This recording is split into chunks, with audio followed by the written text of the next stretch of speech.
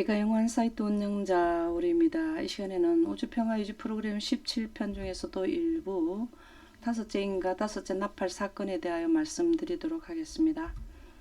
먼저 다섯째 인에 대하여 말씀드리겠는데요. 인과 나팔은 지속적으로 같이 그 동시대에 나타나는 사건들입니다. 다섯째 인과 다섯째 나팔은 같은 시간대에 발생되는 사건들인데요. 먼저 계시록 6장 9절에서 10절에 나오는 다섯째 인부터 살펴보도록 하겠습니다. 다섯째 인을 뗀다라는 것은 이 시간대의 환경을 보니까 라는 말씀이 되겠는데요. 하나님의 말씀과 저희 가진 증거를 인하여 죽임을 당한 영혼들이 제단 아래 있어. 죽임을 당했다는 건 순교를 당했다는, 이 시간대는 순교를 많이 당하게 된다는 내용인데, 왜 순교를 당하게 되냐면 신구약에 있는 하나님의 말씀 중에서 예언을 하고 셋째 천사 기별을 전했다라는 이유 때문에 그래서 순교를 당하게 되었는데, 순교당한 자들이 이렇게 대주제에게 큰 소리로 말씀을 하는 것은 땅에 거하는 자들, 즉 순교를 당하게 했는 가해자들을 심판하여서 우리의 피를 신원하여 주지 아니하시기를 어느 때까지 하십니까? 라는 그 시점을 알려달라는 내용이 기록되어 있습니다. 여기 땅에 거하는 자들을 심판하여라는 헬라어의 단어는 크리노인데요. 분리해서 하나님의 믿는 백성과 믿지 않는 백성들을 분리해서 결정하고 판단하는 때는 언제이십니까? 그래서 이렇게 분리하고 결정하고 판단을 하셔서 신원하여 주는, 신원하다라는 의미는 헬라로 에크디케오라는 단어인데요. 이 말씀은 복수하다, 처벌하다, 순교당한 자들의 억울함을 언제 처벌해 주십니까? 라고 기록하고 있습니다. 다시 말해서 이때는 순교자들이 많이 발생되고 있다라는 말씀인데요. 대답을 해 주십니다. 언제까지 해주느냐를 설명해 주셨는데요. 그 말씀이 계시록 6장 9절에서 11절에 나옵니다. 저에게 흰 두루마기를 주시며, 흰 두루마기는 희다라는 것은 루코스, 빛나다라는 빛을 의미하고, 두루마기는 옷입니다. 그래서 흰옷, 아담과 하와가 선악과 먹기 전에 입었던 빛의 옷을 준다라는 것은 구원은 확실하게 주신다는 것을 흰 두루마기를 주시며, 그렇지만 구원은 내가 확실하게 해주는데 아직 잠시 동안 쉬어라.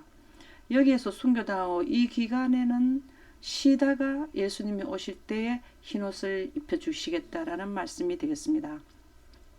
저희 종들과 형제들 자기처럼 죽임을 받아 먼저 순교당한 자들도 있고 나중 순교당하는 자들도 있으니 그들이 죽임을 받아서 그 수가 차기까지, 순교자가 거의 다 나올 때까지, 이 수가 차기까지의 단어는 죽임을 당한다는 건 사형 집행을 받은 자라는 의미가 됩니다. 여기서 죽임을 당한다는 것은 사형 집행을 의미하는데요. 그 수가 차기까지의 헬라어는 플레로오입니다. 때가 찼다, 끝나다, 만기가 되다. 순교당하는 기간의 만기는 다섯째 나팔이 끝날 때라는 것을 여기에서 계시록 6장 9절에서 11절이 순교자들이 대주제에게 질문한 것이 답을 해 주셨습니다. 그것을 이미 이 땅에 2000년 전에 예수님이 이 땅에 계실 때에 말씀해 주셨는데요. 그날에는 이 만기가 도래되고 끝나고 다시 큰 난란이 올 때에는 아이 뵌 자들과 젖먹이는 자들에게 하가 있다. 화라는 건 슬픈 일이 있다라는 것이죠. 이는 땅의 큰 환란, 여기는 작은 환란, 1260일 동안 작은 환란이고 여기 40일 동안은 큰 환란인데요. 그들이 칼날이 죽임을 당하며 이 기간이 끝나고 나면 순교자들을 신원해주는 처벌하는 기간이기 때문에 그 처벌을 어떻게 하냐면 하나님을 핍박한 백성들에 따르는 짐승의 표를 받은 자들이 모두에게 종기가 나고, 두 번째는 바다가 죽은 자의 피같이 되고, 세 번째는 물 전체가 피가 되고, 태양이 뜨거워지고, 다섯째는 어두워지고, 여섯째는 유브라데 강이 마르는 이런 환경에서는 아이 뵌 자와 젖먹이는 아이들이 화가 있다, 견디기 힘든다라는 것이죠.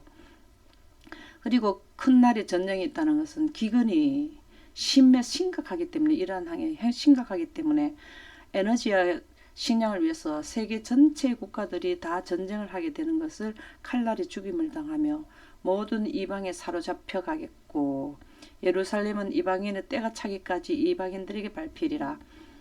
셋째 천사 기별이 끝나고 난 뒤에 큰 난란을 통과하는 자들은 14만 4천인들이 여기에서 나오게 됩니다. 그 14만 4천인들은 예루살렘인들인데요. 이방인의 때가 차기까지 45일이 끝날 때까지는 이방인들에게 짐승의 표를 받은 사단 쪽에 따르는 자들에 의해서 정치와 종교의 법을 위해서 그들을 핍박을 하게 된다라는 내용의 말씀이 이미 2000년 전에 이 시점을 먼저 예언해 주신 것이 예수님이 되겠습니다. 왜 이렇게 순교가 많이 일어나게 되나 하면은 가려뽑은 기별 상근 420쪽에 보면 우리를 위한 최선의 길은 하나님과 밀접한 관계를 맺는 것이다. 우리가 이렇게 환난을 견디는 것은 하나님과 만나서 살게 하는 하나의 살게 되기 전까지의 과정이 되는데요. 그분께서 우리가 진리를 위한 순교자가 되기를 원하실 것 같으면 그것은 보다 많은 사람들을 진리로 인도하는 방편이 될 것이다. 많은 사람들이 순교당하는 자들은 예언하는 자들이며 천국 복음을 가진 자들의 입을 통해서 그들이 복음을 선포하다가 순교를 당하기 때문에 그들을 통해서 많은 사람들이 구원의 대열에 이르기 때문에 이때 당시에는 마지막 중에 마지막 더 이상의 은혜 기간이 없을 때에는 순교자가 많이 일어나는 것은 많은 이방인들이 하나님의 백성이 되는 기간이 된다라는 것입니다. 그래서 계시록 18장 1절은 이 일 후에 다른 천사가 하늘에서 내려오는 것을 보니 큰 권세를 가졌는데 그의 영광으로 땅이 하나여지더라. 천국 복음이 온 세상에 전파되어 그제야 끝이 오는 첫째 천사 기별을 영원한 복음이 첫째 천사 1844년부터 지금까지 연결해서 다섯째 나팔로서 이 영광 기별이 끝나는데 이때는 전 세계적으로 땅이 환하게 되는 때가 됩니다. 원고 52쪽에는 이 내용을 좀 더 상세히 설명했는데요. 새 천사 기별은 1843년이 첫째 천사 기별, 1844년이 두 번째 천사 기별에다가 셋째 천사 기별은 다섯째 나팔로서 끝난다는 시기 기별이 포함되는 것을 삼중 기별이라는데요. 그것은 하나로 묶어져서 삼중의 빛을 주는 것이 셋째 천사 기별이고 그 기별의 마지막 전달하는 것이 다섯째 나팔 때 전해주게 됩니다. 다른 천사가 하늘에서 내려오는 것을 보니 큰 권세를 가졌는데 그의 영광으로 땅이 하나여지더라. 바로 11시 일꾼들이 먼저 나온 일꾼들 3시, 6시, 9시에 나온 일꾼들과 합쳐서 11시에 나오는 일꾼들은 현재 시간으로 보면 오후 5시가 되는데요. 일꾼들이 일 끝나는 시간이 6시입니다. 은혜의 시간이 끝나는 다섯째 나팔 직전에 나오는 무리를 11시 일꾼인데 이분들과 먼저 나온 초수꾼들, 파수꾼들이 힘을 합쳐서 이제 지구 전체에 하나님의 영생하는 기별이 전파되게 됩니다. 이것은 마지막 삼중 기별을 전하는 것을 묘사한 것으로서 이 기별로 다섯째 나팔 때 나팔을 부는 것으로서 마지막 삼중 기별, 첫째 천사, 둘째 천사, 셋째 천사 기별이 마지막 나가게 되는 것을 묘사한 것이 계시록 18장 1절의 내용이라는 것입니다. 오순절에 하늘의 빛이 그들에게 빛이었다. 오순절에는 이른빛 성령을 제자들이 받았는데요. 영광 가운데 하나님의 빛이 있는 것을 늦은빛 성령 받는 환경이 됩니다. 그리스도와 함께 있을 때 미처 깨닫지 못했던 진리가 이제 열려졌다. 예수님과 3년 반 동안 다니면서 진리를 들었지만 설교를 들었지만 그들이 미처 깨닫지 못한 부분들이 영광 가운데서 이른빛 성령을 받을 때 과거 현재 미래가 함께 펼쳐져서 완전히 진리 예언이 6천년에 대한 역사가 깨뚫어지게 되었다라는 것입니다. 그거와 마찬가지로 늦은빛 성령을 받게 되면 제자들이 경험한 내용을 경험하게 된다는 것입니다. 그래서 첫째 천사 기별, 둘째 천사 기별도 중요하지만 이 기별이 영원한 복음과 바벨론에서 나오라는 기별과 다섯째 나팔로서 이제 은혜 시간이 끝난다는 시기 기별이 합쳐진 것이 셋째 천사 기별인데요. 이때는 온 세상이 하나님의 영광으로 영원한 복음으로 가득해진다라는 말씀이 되겠습니다. 그러면 나팔에 대해서 인에 대해서는 알아봤고요. 이제는 나팔에 대해서 살펴보는 시간을 갖도록 하겠습니다. 나팔을 부는 자들은 일곱 천사들이라고 기록이 되었는데요. 하나님의 말씀을 이해한 사람들을 의미합니다. 다섯 번째 나팔을 불었을 때 하늘에서 땅에 떨어진 별 하나가 있는데 그가 무저갱의 열쇠를 받았더라. 왜 다섯째 나팔을 불 때에 무저갱의 열쇠를 받는다고 나오나 하면은 무저갱은 화하고 관계가 있는 것입니다. 그러면 먼저 하늘에서 땅에 떨어진 별에 대하여 살펴보도록 하겠습니다. 헬라어로 떨어지는 헬라어의 단어는 핍토인데요. 높은 곳, 셋째 하늘이죠. 수직의 위치에서 떨어지다.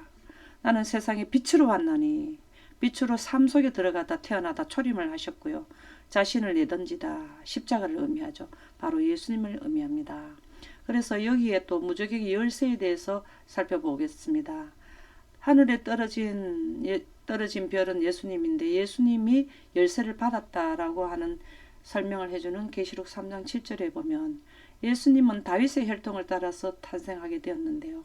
다윗의 열쇠를 가지시니 곧 열면 닫을 사람이었고 닫으면 열 사람이 없는 그가 이르시되 이 닫으면 열 사람이 없고 또 열 사람이 없다라는 것은 은혜의 시간은 예수님께서 열쇠를 가졌다는 것입니다.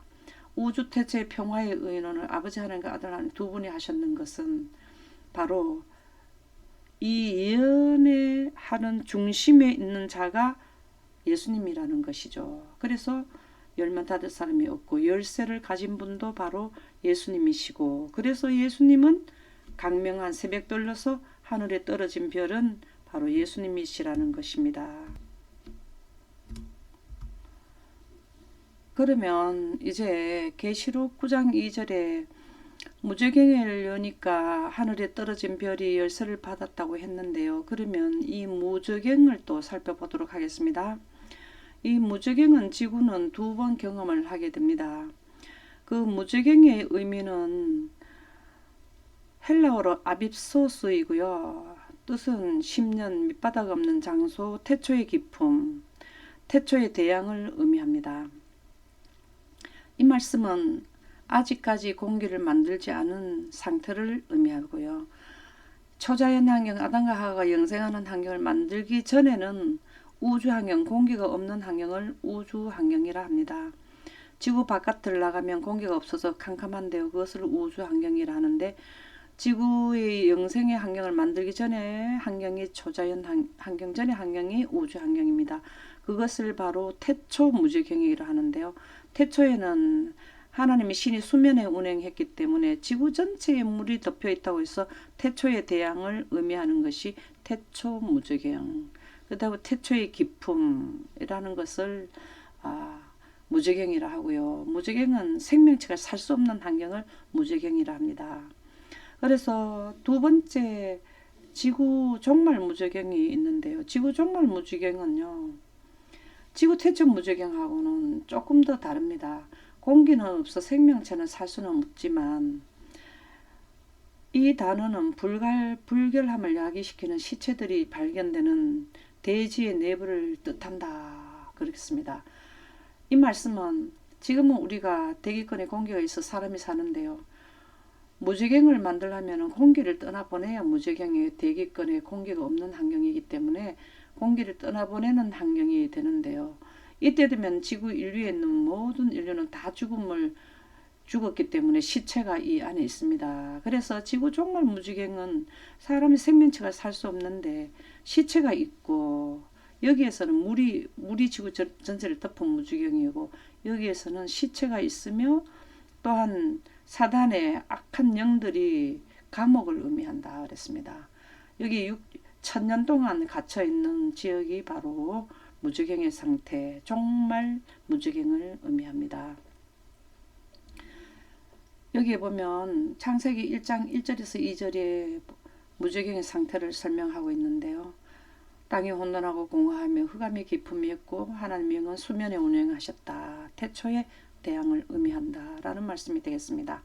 땅도 만들고 대기권, 성층권, 중간권 10건은 구분은 지어놨지만 공기가 없는 환경인 태초 무적용의 환경을 의미합니다.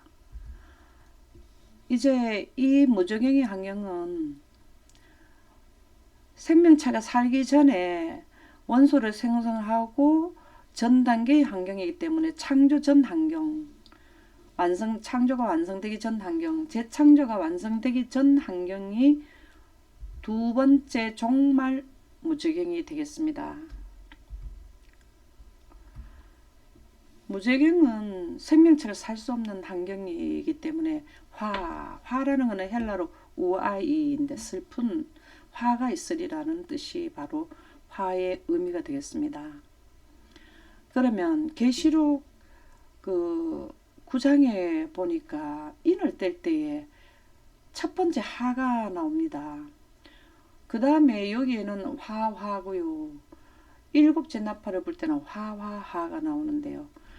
100% 무적행 죽음이 사람이 살 수 없는 환경은 일곱째 나팔을 불 때고요. 그 전 단계에 인류가 슬프게 되는 지역이 큰 환란 당시에 화 6가지 재앙이 휘몰아칠 때를 의미하고, 그 전 단계보다 조금 덜한 환경이 다섯째 나팔을 불고 다섯째 인을 뗄 때의 환경이 화가 시작되는 환경이 되겠습니다.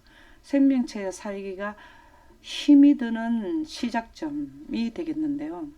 물론 이 지역에서도 힘이 들지만 정말 살기가 힘들게 되는 환경이 되겠는데요. 계시록 9장 1절과 12절에 설명하고 있습니다. 다섯째 천사가 나팔을 부니까 내가 보니 하늘에서 땅에 떨어진 별나라, 이런 말씀드렸고요. 이게 첫째 하가 여기에서 시작됩니다. 그 다음에 계시록 11장 14절에서 15절에 보면 화가 나오고요. 둘째 하가 지나가고 나니까 셋째 하가 나옵니다. 그래서 이 셋째 화가 완전히 무적용이 되는데, 이 무적용이 되는 것은 계시록 6장 14절에 보면 하늘은 두루마리가 말리는 것 같이 떠나가고 라는, 이 하늘은 해분수에 있는 남아있는 공기 대륙권과 성층권에 공기가 있는데요. 이 공기가 떠나간다는 말씀이 되겠습니다. 베드로후서 3장 10절도 같은 내용입니다. 그날에는 하늘이 큰 소리로 떠나가고 공기가 떠나가면 동시다발적으로 지구 인류의 모두는 함께 다 죽게 되어서 종말 무적용에는 시체들이 있다라는 말씀이, 공기가 떠나갔다는 말씀이 되겠습니다. 그래서 무적용과 화는 관계가 있는 내용이 되겠습니다. 다섯째 나팔 때 화, 여섯째 나팔 때 화화, 일곱째 나팔 때는 예수님이 재림을 할 때에 우주 환경으로 바뀌어야 죽은 의인들이 거기에서 융합을 하고 생기를 불어넣는 환경이 바로 무적용 환경, 우주 환경이 되겠습니다. 그래서 무적용이라는 맛은 조금 전에도 말씀드렸듯이 사망과 음부를 말씀드린다 했는데요. 창세기 1장 1절은 초창기 무적용 상태. 그 다음에 계시록 1장 18절에 보면 곧 살아있는 자라 내가 전에 죽었었노라 볼지어다 이제 세세토록 살아있어 사망과 음부의 열쇠를 가졌노니, 사망과 음부의 열쇠를 가졌다는 것은 공기를 빼서 무적용의 상태도 만들 수 있고, 공기를 넣고 또 물층을 만들어서 영생의 환경도 만들 수 있고, 그 다음에 하나님의 빛이 성층권의 물층에서 물러가서 인생의 환경도 만들고, 다시 공기를 빼서 무적용에 사람이 살 수 없는 환경도 만들 수 있는 분은 하늘에서 떨어진 별인 예수 그리스도, 이 땅에 초림하시고 십자가에 못 박히신 그분만이 열쇠를 가질 수 있다라는 말씀이 기록되어 있습니다. 그래서 이사야 영생하는 환경도 열쇠를 가졌고 만들 수 있고, 죽음의 환경도 만들 수 있는 분이 예수님이라는 것입니다. 이사야 24장 21절에서 23절에는 이 무적용의 상태를 좀 더 설명을 해 주셨는데요. 사망과 음부라는 것을 설명해 주셨는데, 그날은 대기권에 하늘의 종이축까지 떠나게 하는 예수님의 재림 때는 일곱째 나팔을 불 때는 여호와께서 높은 데서 셋째 하늘에서 높은 군대를 벌하시며 사단과 그의 추종자들을 벌해서 땅에서 땅의 왕들을 벌하시리니 이 땅에 사는 자들도 다 왕들도 벌하시리니 그들이 재수가 깊은 옥에 모임같이 모이게 되고 옥에 갇혔다가 사단의 감옥이 무저경이 되겠습니다. 1000년 동안 감옥에 갇혀 가지고 있는데요. 여러 날 후에 1000년 뒤에 형벌을 받을 것이라. 집행심판, 우주에서 완전히 그들이 유전자까지 멸하게 되는 하나님의 영광의 불에 그들은 이제 소멸될 것입니다. 그때에는 다리 수치를 당하고, 이렇게 감옥에 갇힐 때는 다리 수치를 당하고 해가 부끄러워한다는 것은 공기가 없으면 달빛과 햇빛이 여기에 지구에 나타나지 않는다는 것을, 흑암이 깊음이 있게 된다는 것을 설명하고 있습니다. 다시 말하면 무저경 상태가 되었다는 것을 의미하는데요. 이렇게 무저경 상태가 됐을 때 시온산과 예루살렘에서 왕이 되시고 예수님이 재림을 하신다는 것이죠. 그 장로들 앞에서 영광을 나타내실 것이라. 죽은 의인들을 살려서 영광 가운데서 부활시키셔서 생기를 불어넣으셔서 빛으로 옷을 입혀서 하늘에 데려가시게 된다는 것이 무저경이 되겠습니다. 무저경의 환경에서 다시 부활하는 환경도 되고, 사람들은, 하나님을 따르지 않는 사람들은 사망과 음부가 된다는 것입니다. 그래서 여기에 나오는 무저경에서 누가 나오나 하면은 무저경을 여니 그 구멍에서 큰 하덕의 연기 같은 연기가 올라오는데 해와 공기가 그 구멍의 연기로 말미암아 어두워지더라. 이 하덕의 연기라는 것은 하나님의 영광인데요. 이 영광이 지구 전체에 충만하게 될 때는 해와 공기가 타격을 입게 되어서 어두워진다고 했습니다. 해와 공기가 햇빛이 나타나지 않는 것은 공기가 없어지면은 그러는데 그 예를 한번 본다면은요. 여기 해와 공기가 그 구멍의 연기로 말미암아 어두워지며라는 것은 좀 뒤에 말씀드리고, 먼저 큰 하덕의 연기 같은 연기가 올라오는 이 연기부터 한번 살펴보도록 하겠습니다. 이 연기는요, 헬라어로 카프노스인데요. 이사야 6장 4절에 보면 하나님의 현현할 때 이사야 6장 4절에도 연기로 표현했습니다. 이 말씀은 지성소 안에 세키나 빛이 있는데 세키나 빛은 하나님의 임재를 나타내는 것을 상징한다 그랬습니다. 그것은 영광을 의미하고요. 그래서 연기는 영광이 되었고, 이사야 34장 10절에도 하나님이 복수하시는 것은 영광으로 복수를 하십니다. 영광 가운데 하나님의 백성들이 늦은 빛 성령을 받아서 하나님의 건설로 인해서 바다가 전체가 죽은 자의 피가 합치하고, 이것이 하나님이 복수하실 때 영광으로 하시고요.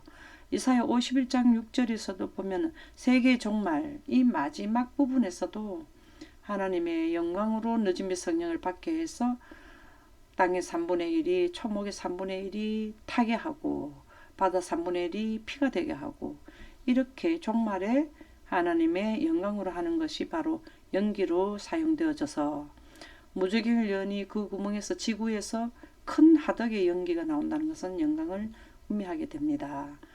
이 연기라는, 화덕에서 나온 연기라는 것은 출애굽기 19장 18절에서도 설명을 해주고 있습니다.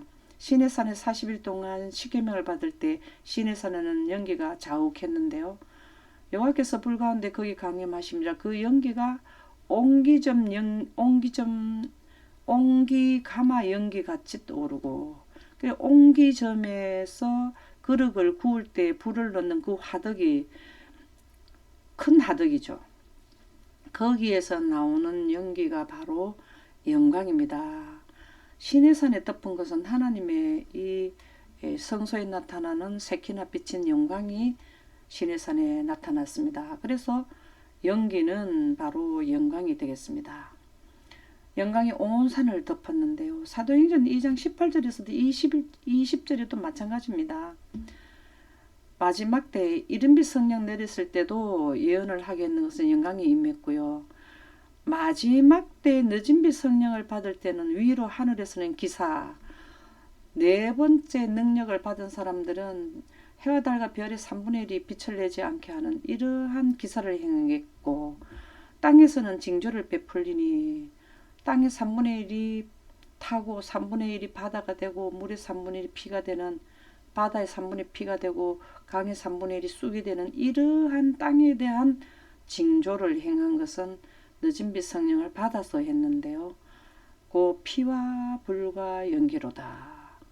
피가 되는 일도 다 하나님의 능력, 영광에 의해서 했다라는 것입니다. 그래서 무저갱에서 나오는 큰 하덕에서 나오는 연기는 하나님의 영광이 되겠습니다. 계시록 9장 2절에 보면 그 연기로 인해 가지고, 구멍의 연기로 인해서 해와 달이 어두워졌다라고 나오는데요. 빛이, 태양빛이 어두워지는 것은 공기가 부족하면 어두워집니다.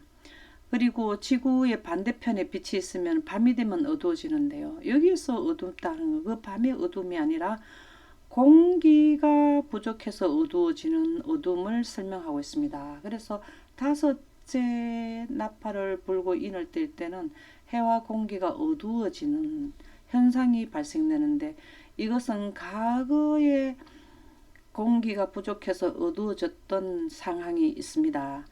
그것이 부좌 선지자 272쪽에 출애굽을 할 때 9번째 재앙이 흑암 재앙인데요.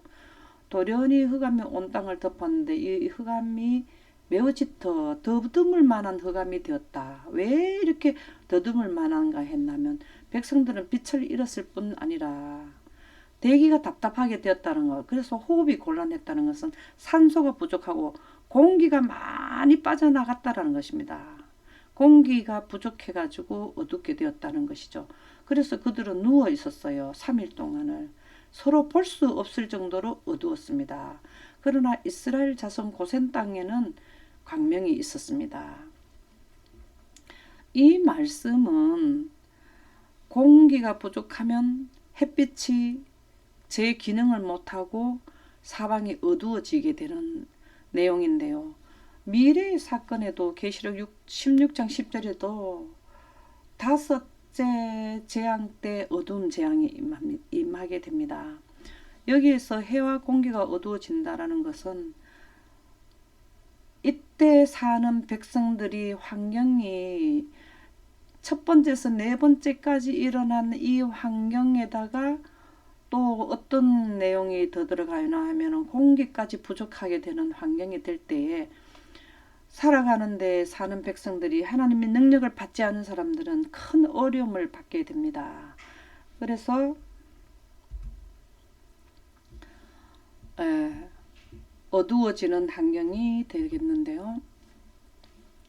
계시록 9장 3절에서 4절에 보면 이 연기 가운데서 누가 나오냐면 항충들이 나오는데요. 이 항충들은 11시에 나오는 일꾼들이 되겠습니다. 이 항충이 연기 가운데로부터 땅에 나오며 지구 전체가 하나님의 영광으로 덮일 때입니다. 다섯째 나팔 때는요. 땅에 있는 정갈의 건사 같은 건설을 받았더라. 그들에게 이르시되 땅에 풀이나 푸른 것이나 각종 수목은 해하지 말고, 각종 수목을 해한 것은 첫째 나팔 때에 수목을 해하지 말라고 했는데요.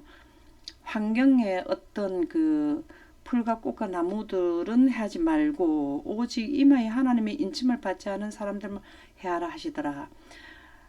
항충들이 하나님의 능력을 받아서 이분들을 해하려고 한 것이 아니라, 그들은 하나님의 능력을 받았지만, 늦은 빛 성령을 받았지만, 그래서 환경이 악화된 데서도 그 환경을 살아가는데 더 힘들지 않지만, 하나님 능력을 받지 않은 자들은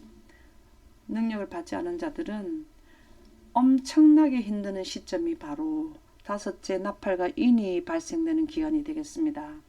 요엘서 2장 1절에서 2절에 보면 시온에서 나팔을 불며라는 것은 지구에 하나님의 영광이 지구 전체를 비치게 되었습니다.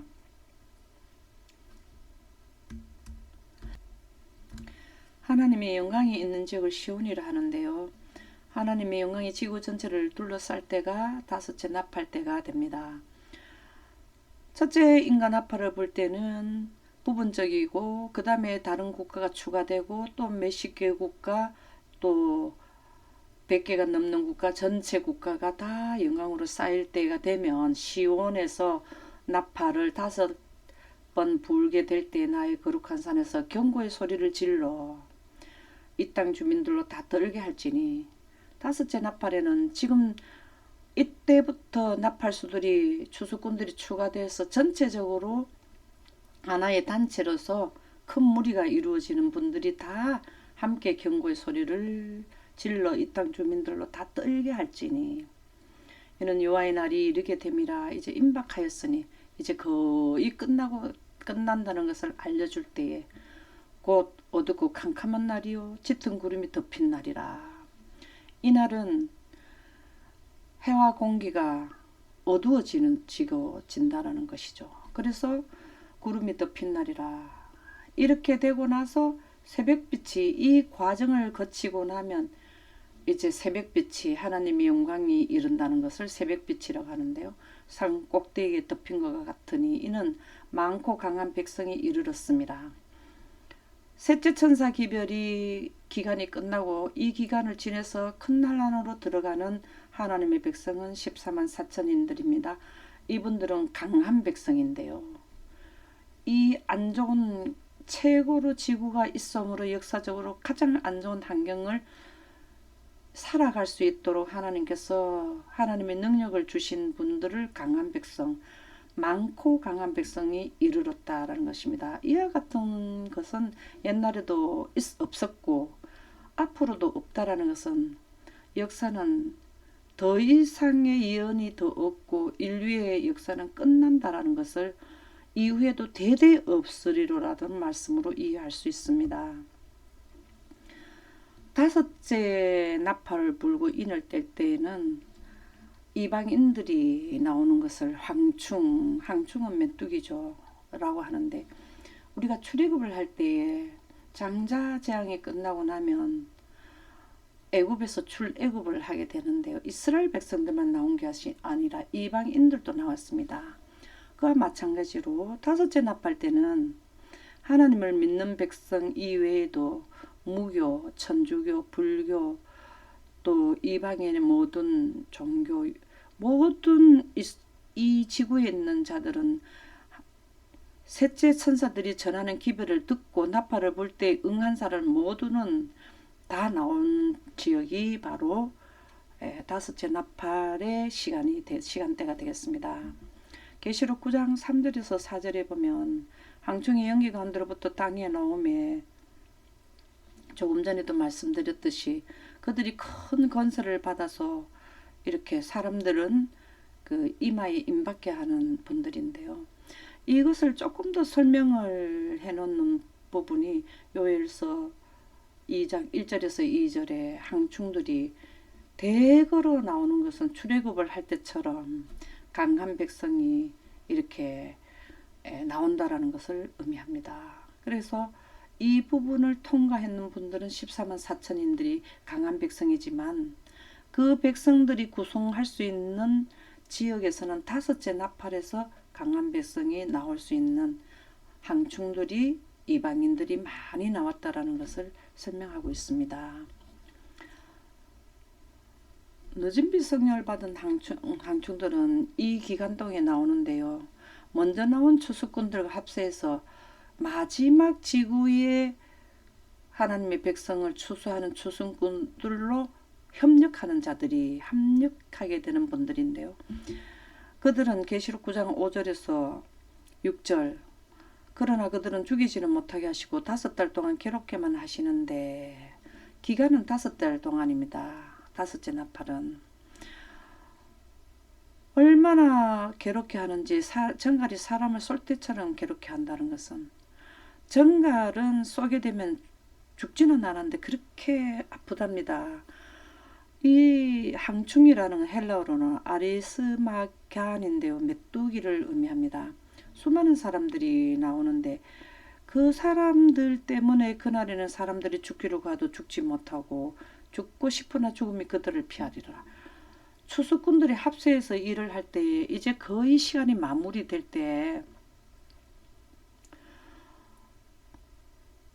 얼마나 열심히 그들은 추수꾼의 임무를 다하는지 아직까지 결정하지 못한 자들이 거의 많은데요. 그때도 열심히 일을 한다라는 말씀이 되겠는데 그 내용을 더 상세히 했는 내용이 요엘 2장 3절에서 8절입니다. 에덴 동산 같았으나 그들의 나중의 땅은 황폐한들 같으니 이때 당시에는 그래도 사람이 살 수 있는 땅이지만 큰 난란이 닥치고 나면은 황폐한 들이 되어버린다는 것인데요. 그의 모양은 말 같고 달리는 것은 기병 같으며 그들이 산꼭대기에서 뛰는 소리는 항충들이 늦은 빛 성령을 받아가지고 하나님의 백성의 수를 증가시키려고 하는 활동을 기록해 두셨습니다.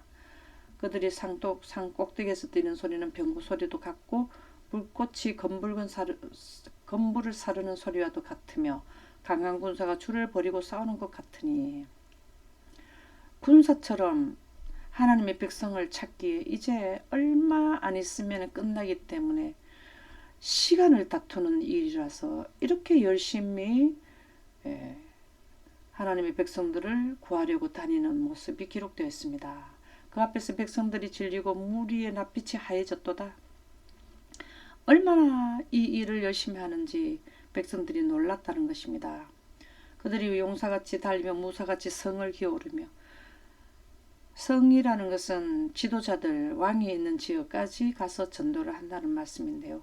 각기 자기 길로 나가되 그 주를 이탈하지 아니하며, 피차에 부딪히지 아니고 각기 자기 길로 나아가며 무기를 돌파하고 저항 세력, 하나님의 백성을 핍박하는 세력을 돌파하고 나아가나 상하지 아니하며,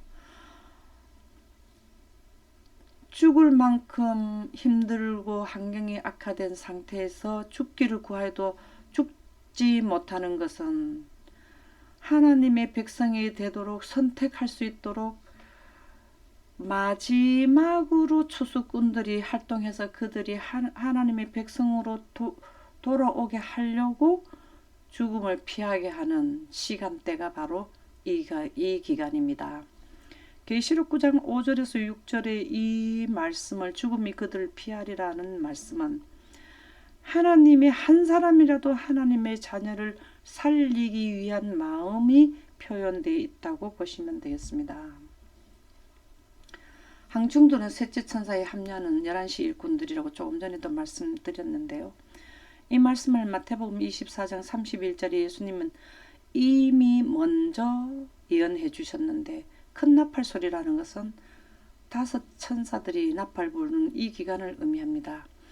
큰 나팔이라는 늦은 빛 성령을 받았다는 것을 의미하죠. 천사들을 보내리니 그들이 그의 택하신 자들을 하늘 이 끝에서 저 끝까지 사방에서 모으리라는 것은 지구 전체에 한 사람이라도 낙오자가 없이 영광 기별, 영생하는 기별 예언을 알리는 일을 한다는 것입니다. 그 일을 마지막에 힘을 보태서 협력하는 분들이 11시에 나오는 일꾼들인데요.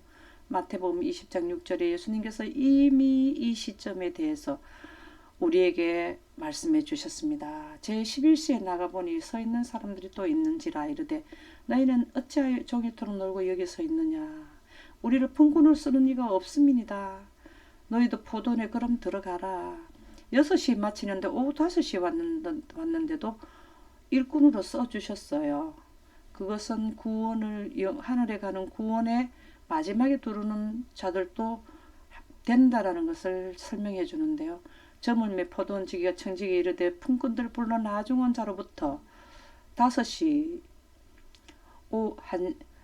오후 2시 5시 그 다음에 15시면 오후 3시죠. 3시 12시 9시 이렇게 온 분들도 다 한 데나리온씩 줬습니다. 그 말씀은 하나님의 영원에 가는 기별, 새 천사들이 전하는 기별을 이해한 자들은 늦게 들으나 일찍 들으나 다 같이 하늘나라에 갈 수 있다라는 것을 말씀해 주셨습니다.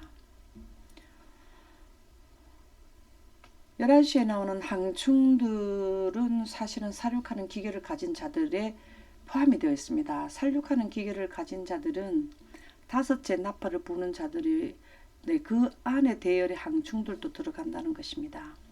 계시록 9장 7절에서 10절에 보면 항충들의 모양은 전쟁을 위하여 준비한 말들 같고 그 머리에 금같은 관 비슷한 것을 썼으며 그 얼굴은 사람의 얼굴 같고 또 여자의 머리털 같은 머리털이 있고 이빨은 사자의 이빨 같으며 철호신경 같은 호신경이라는 건 전쟁터에 나갈 때 철흉갑을 입었다라는 전쟁에 나가는 옷을 입었다라는 말씀이 되겠습니다.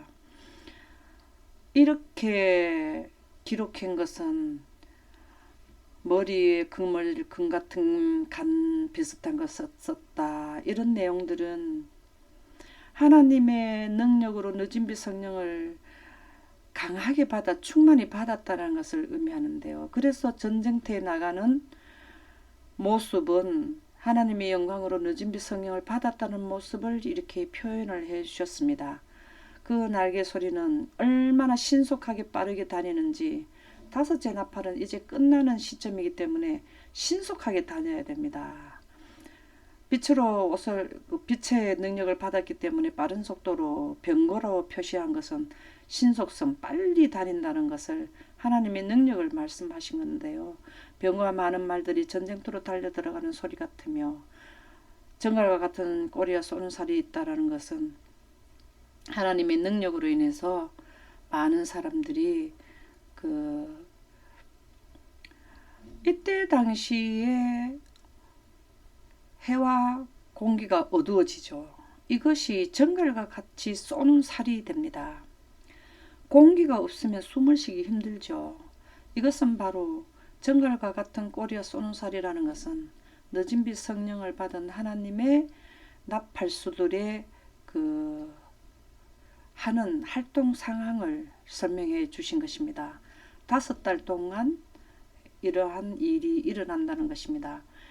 교회 보내는 것면 333쪽에 보면 우리 자신의 행동의 방향이 우리가 살아계신 하나님의 인을 받을 것인지, 여기에서 하나님의 인을 받아서 하늘나라 가느냐 아니면 살육하는 기계에 의하여 베어질 것인지를 결정하는 때가 이 다섯째 나팔이 끝나는 기준점이 바로 의론자와 불의한 자가 갈라지는 때인데요. 살육하는 기계라는 것은 하나님의 능력을 의미합니다. 하나님의 능력으로 이 부분에서 하나님의 백성이 이 시공간에 살 수 있는 분들은 14만 4천인들인데요. 그들은 철흉갑을 입은 분들인데요. 첫째 재앙은 종기재앙이고, 두 번째 재앙은 바다 전체가 피가 되고 죽은 자의 피가 되고, 또 셋째 재앙은 강 전체, 물 전체가 다 피가 되는, 그렇게 하면 많은 사람이 죽기 때문에 이러한 것을 살육하는 기계라 그렇게 기록되어 있습니다. 이렇게 하나님이 처벌하는 기간에 살든지 하나님의 인을 빛의 능력을 받아서 영생을 가든지 우리의 자신의 행동의 방향이 결정할 때가 바로 여기 시점으로서 끝나게 됩니다. 지금도 하나님의 진노의 중 몇 방울이 종기재앙 같은 이 우리가 질병을 앓는 것이 지금도 일어나는데요. 그러나 마지막 7재앙이 그분의 분노의 잔에 섞인 것이 없이 부어질 때는 이때를 말하죠. 회개하여 피난처를 찾기에는 영원히 너무 늦었다. 하늘나라 가르고 이러한 영멸에 가는 것에서 영생에 가는 선택하는 기간은 끝났다라는 것이 됩니다. 그래서 예언은 꼭 해서 살육하는 기계에 우리가 베어질 것인지 영생할 것인지를 예언을 통해서 이해를 해야 될 것입니다. 다섯째 나팔수들은 서기관의 먹그릇을 찬 자들인데요. 에스겔서 9장 1절에서 4절에 보면 먹그릇으로 이렇게 경계를 긋는 것은 다섯째 나팔을 부는 나팔수들을 의미하게 됩니다. 그가 큰 소리로 내게 외쳐 이르시되 이 성읍을 가난한 자들이 각기 죽이는 무기를 손에 들고, 첫 번째 인간 나팔의 나팔수들도 무기는 늦은 빛 성령을 받고 초목의 3분의 1이 불이 타게 하는 무기를 들었고, 그 다음에 또 바다가 3분의 1이 피가 되는 이러한 무기들을 각자 들고 있었습니다. 내가 보니 6사람이 북향 윗문으로부터 오는데 각 사람이 손에 죽이는 무기를 잡았고, 이 나팔수들은 무기를 다 가지고 있었습니다. 여섯째 나팔의 이 사람은 더 큰 무기를 가지고 있는데요. 그 중에 한 사람은, 이 6사람 중에서 한 사람은 한 사람은 가는 베옷을 입고 허리에 서기관에 먹구름을 찼더라. 무기를 들었지만 먹구름을 찬 사람은 여기에서는 이제 은희 시간이 끝난다라는 것을 의미합니다. 놋제단 곁에 서서 그룹에 머물러 있던 이스라엘 하나님의 영광이 성전 문지방에, 하나님의 영광은 지성소의 두 번째 칸에 있었던 영광이 성전 문지방에 나까지 나왔다는 것은 셋째 하늘에 있는 하나님의 영광이 지구 전체에 비쳤다라는 것을 의미하게 되는데요. 여호와께서 그 가는 베옷을 입고 서기관의 먹구름을 찬 사람을 불러 여호와께서 이르시되 너는 예루살렘 성읍 중에 순행하며 그 가운데 행하는 모든 가증한 일로 말미암아 탄식하며 우는 자의 이마에 표를 그리라. 다섯째 나팔수들은 지구 전체의 인류에게 하나님의 백성이 되고자 하는 안식일을 지키는 자들에게 인을 쳐주는 자들인데, 이 기간으로서 끝낸다라는 그 선을 긋는 자들이 되겠습니다. 다섯째 나팔수들은 지구 전체의 각국에 있는 모든 하나님의 백성들을 의미하는데요. 나팔부는 예언을 하는 자들인데요. 이 사람들은 계시록 7장 1절에서 2절에 나오는 네 천사들입니다. 네 천사라는 것은 동서남북의 하나님의 천사들이 전체적으로 있는 남북에 있는 천사들, 지구 전체에 있는 천사들이 바로 다섯째 나팔과 인 당시에 하나님의 백성들이 되겠습니다. 땅 내 모퉁이도 동서남북이죠. 보니 땅의 사방 바람을 붙잡아, 바람이라는 것은 전쟁인데요. 다섯째 나팔이 끝나고 나면 여기에서는 지금은 우크라이나와 러시아, 이스라엘과 또 하마스 이렇게 전쟁을 하지만, 이때 당시에는 전 세계적으로 전쟁이 일어나는 것을 전쟁을 땅이나 바다나 각종 남에 불지 못하게 하더라는 것입니다. 왜? 하나님의 백성에게 인치는, 하나님의 백성들이, 인류가 선택할 수 있는 조건을 갖춰주기 위해서 전쟁을 붙들고 있다라는 것입니다. 다른 네 천사가 살아계신 하나님 인을 가지고 해돋는 데로부터 올라와서 네 천사를 향하여 해롭게 할, 땅과 바다를 해롭게 하는 권세를 받은 천사는 늦은 빛 성령을 받았는 셋째 천사들이 되겠습니다. 여기에서 욥기 38장 4절에 보면 땅의 네 모퉁이라는 것은 땅의 기초, 네 기초를 의미하게 됩니다.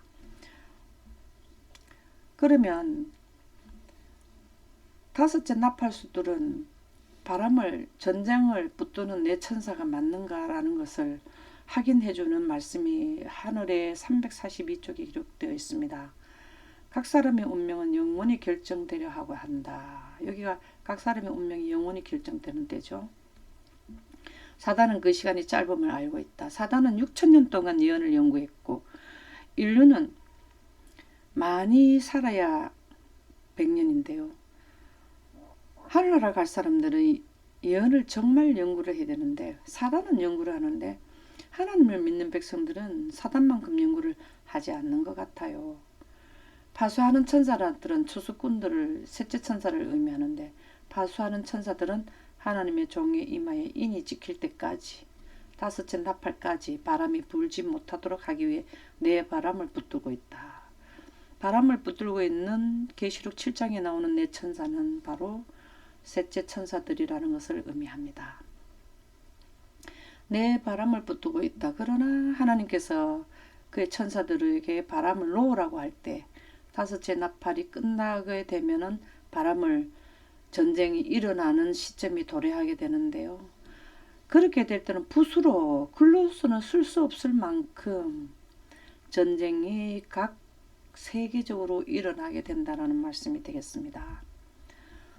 그래서 바람을 잡는 내 천사는 인치는 사업을 마무리하는 다섯째 나팔과 인이 발생되는 기간에 있는 분들인데요. 이분들은 첫 번째 나팔을 불 때부터 추가돼서 합해진 지구 전체에 있는 셋째 천사들, 하나님의 늦은 비 받은 백성들이 되겠습니다. 나는 예수님께서 명령을 받은 한 천사가 지상에서 일할 임무를 띈 네 천사에게로 급히 날아가는 것을 보았다.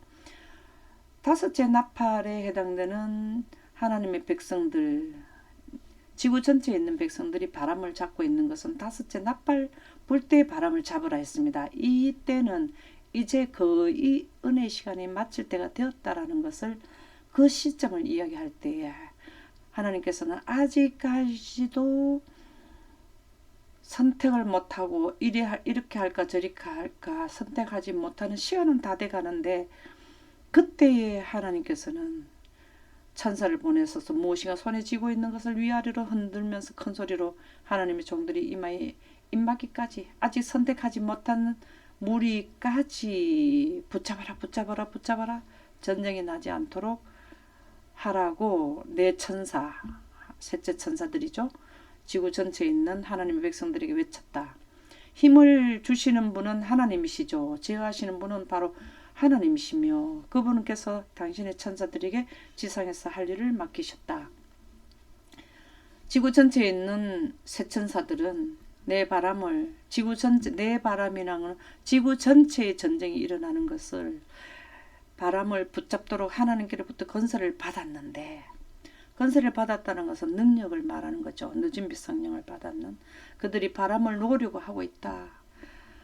그들이 손이 느슨해지고 이제 거의 놓아도 될 때가 되어 왔을 때, 내 바람이 바야흐로 불려고 할 때 예수님께서는 그 시간까지도 결정하지 못하는, 아직도 입맞지 못한 남은 백성을 응시하면서 아버지를 향해 손을 높이 드시고, 그리고 이 땅에 있는 내 천사들에게 부탁을 하면서 마지막 이 순간이 끝날 때까지 바람을 붙잡아 달라는 내용이 기록되어 있습니다. 예수님께서 인류를 사랑하는 한 사람이라도 더 영원히 데려오시고 싶어 하시는 말씀이, 예수님의 마음이 기록되어 있습니다. 인류가 다섯째 나팔이 끝나고 나면 소돔성이 멸망할 때에 축소판, 소돔의 멸망은 지구 정말 축소판을 알리는 그 예시를 한 것인데요. 다섯째 나팔 때는 소돔성이 멸망하는 시점과 유사하다는 말씀이 나와 있습니다. 계시록 11장 7절에서 8절에 보면 그들이 그 증언을 마칠 때는 것은 셋째 천사 기별이 맞춰질 때죠.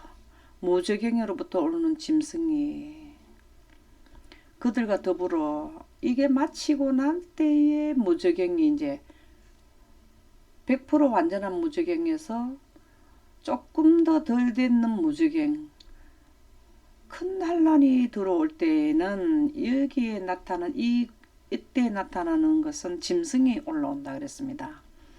짐승은 하나님의 반대편에 섰는 사단과 그의 추종자들, 그를 따르는 짐승의 표를 받은 자들인데요. 그들과 더불어 전쟁을 일으킨다는 것은 이 시점에서 셋째 천사에서 큰 환란, 작은 환란에서 큰 환란을 통과할 자들은 14만 4천인들인데요. 그들과 싸우려고 전쟁을 일으킨다는 것입니다. 그리고 이 14만 4천들을 이기고 그들을 죽이려고 한다는 것인데요.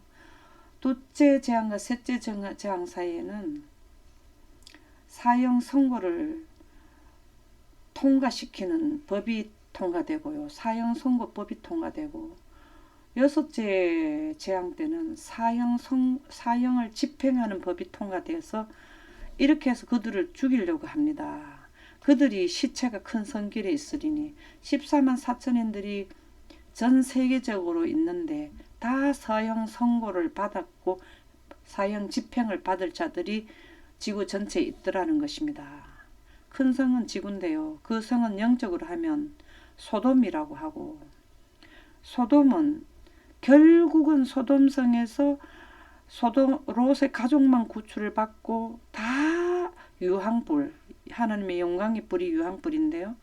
멸망하게 됩니다. 애굽은 이스라엘 백성들이 노예로 있을 때 핍박을 애굽 사람들한테 많이 받았는 핍박을 많이 14만 4천인들이 받는 때가 바로 무저갱이 되겠습니다. 그래서 그들이 주께서 십자가 못 박히신 곳이라 예수님도 핍박을 많이 당하셨죠. 14만 4천들이 이 지역에서 핍박을 많이 받는다는 것을 계시록 11장 7절에서 8절에는 설명하고 있습니다. 다섯째 나팔을 볼 때에 창세기 19장 15절에서 17절에 롯을 데리고 나오는 장면과 유사합니다. 동틀 때의 천사가 롯을 재촉하여 이르되 일어나 여기 있는 내 아내와 내 두 딸을 이끌어내라. 이 성의 제약 중에 함께 멸망할까 하노라. 그러나 롯이 지체하며, 롯이 왜 지체했냐면 사위들을 데리고 나가고 싶어서, 결혼했는 딸과 사위를 데리고 오고 싶어서 지체를 했을 때 그렇게 지체할 시간이 없다. 그래서 여기에 사람이라 하지만 하늘에 내려선 천사들이, 아브라함의 부탁을 받은 천사들이 롯과 아내와 두 딸의 손을 그냥 잡고 강제적으로 성 밖으로 끌어내 왔습니다. 그래서 그들은 생명을 보존하게 되었는데요. 이때 당시에도 하나님의 천사라고 칭해내는 셋째 천사들이 명멸의 갈자들을 롯의 가족처럼 강제로 그 능력을 행사해서 환경과 그 늦은 빛 성령을 받았는 능력을 통해서 강제로 끌고 나오는 것이 다섯째 나팔과 인이 부는 5달 동안에 있는 일들이 되겠습니다. 그래서 인치는 사업이 끝나고 나면 은혜의 시간도 끝나고 조사 심판도 끝나게 되고 인류의 역사에 구원받는 시점은 완전히 끝나게 되는데요. 마지막 날 사건들 228쪽에서 229쪽에 보면 인치는 일이 끝나게 되면 은혜의 시간이 끝난다는 것을 설명하고 있습니다. 우리가 그때라는 것은 복음이 끝나고 나면 큰 환난에 들어가게 되는데요. 직전에 우리는 모두 살아계신 하나님의 인을 받는다. 지구 전체에 하나님의 백성이 되기를 원한 자들은 늦은 빛 성령을 다 받아서 이마에 인이 쳐지게 됐습니다. 그리고 나는 내 천사가 내 바람을 붙드는 일을 그만두는 것을 보았다. 내 천사는 지구 전체의 동서남북에 다 있는 하나님의 백성들이 인치는 사업이 끝냈다는 것을 설명하고 있는데요. 그때 나는 기근과 이 사건이 끝나고 나면, 기별이 끝나고 나면 기근이 일어나는데 많은 사람들이 먹을 것이 없어가지고 전 세계적으로 전쟁이 일어난다는 것이 온역이랑은 질병과 전쟁을 보았고 민족이 민족을 대적하여 일어나고 온 세상이 혼란에 빠진 것을 보았다. 산상보훈 69쪽에 보면 태양광선이 지구의 가장 먼 구석까지 비치는 것처럼 하나님께서는 복음의 빛이 지구상에 있는 모든 사람에게 미치도록 계획하셨다. 셋째 천사 기별과 셋 천사 기별과 이 모든 6천년에 대한 계획은 평화의 의논, 스가랴 6장 13절에 우주 태초에 두 분이 의논하셨는 것을 사람에게 미치도록 계획하셨다는 이 계획은 하나님의 계획 안에서 구속의 대경륜의 하나의 사건이 되겠습니다. 히브리서 10장 37절에서 38절에 보면 잠시 잠깐 후면 오시리가 오시리니, 셋째 천사 기별이 끝나고 나면 예수님이 오시는데요. 지체하지 아니하리라 하시는 것은 이 첫째 천사 기별, 둘째 천사 기별, 셋째 천사 기별은 절대로 연장되지 않는다는 것이 지체하지 아니한다라는 말씀이고요. 이러한 예언을 이해하고 영광기별을 이해한 자들은 예수님 하나님께서 우리를 의인이라고 칭해 주셨는데, 이 의인들은 구속의 대경륜의 제도 6천년과 7천년에 대해서 인류는 완전히 영생에 가게 된다는 것을, 이렇게 해서 우리가 인생에서 영생으로 가는 시점은 이러한 시간을 지내야 예언이 다 이루어져야 되는구나 하는 것이 믿음이 가게 되는 것이죠. 이렇게 믿게 되는으로 말미암아 우리는 구원에 이르게 된다라는 말씀이 되겠습니다. 지금까지는 다섯째 인과 다섯째 나팔의 사건에 대해서 말씀드렸고요. 다음 17-2편에서는 다섯째 인과 다섯째 나팔 동안 영광이 어떻게 확산되는지에 대한 내용을 말씀드리도록 하겠습니다. 감사합니다.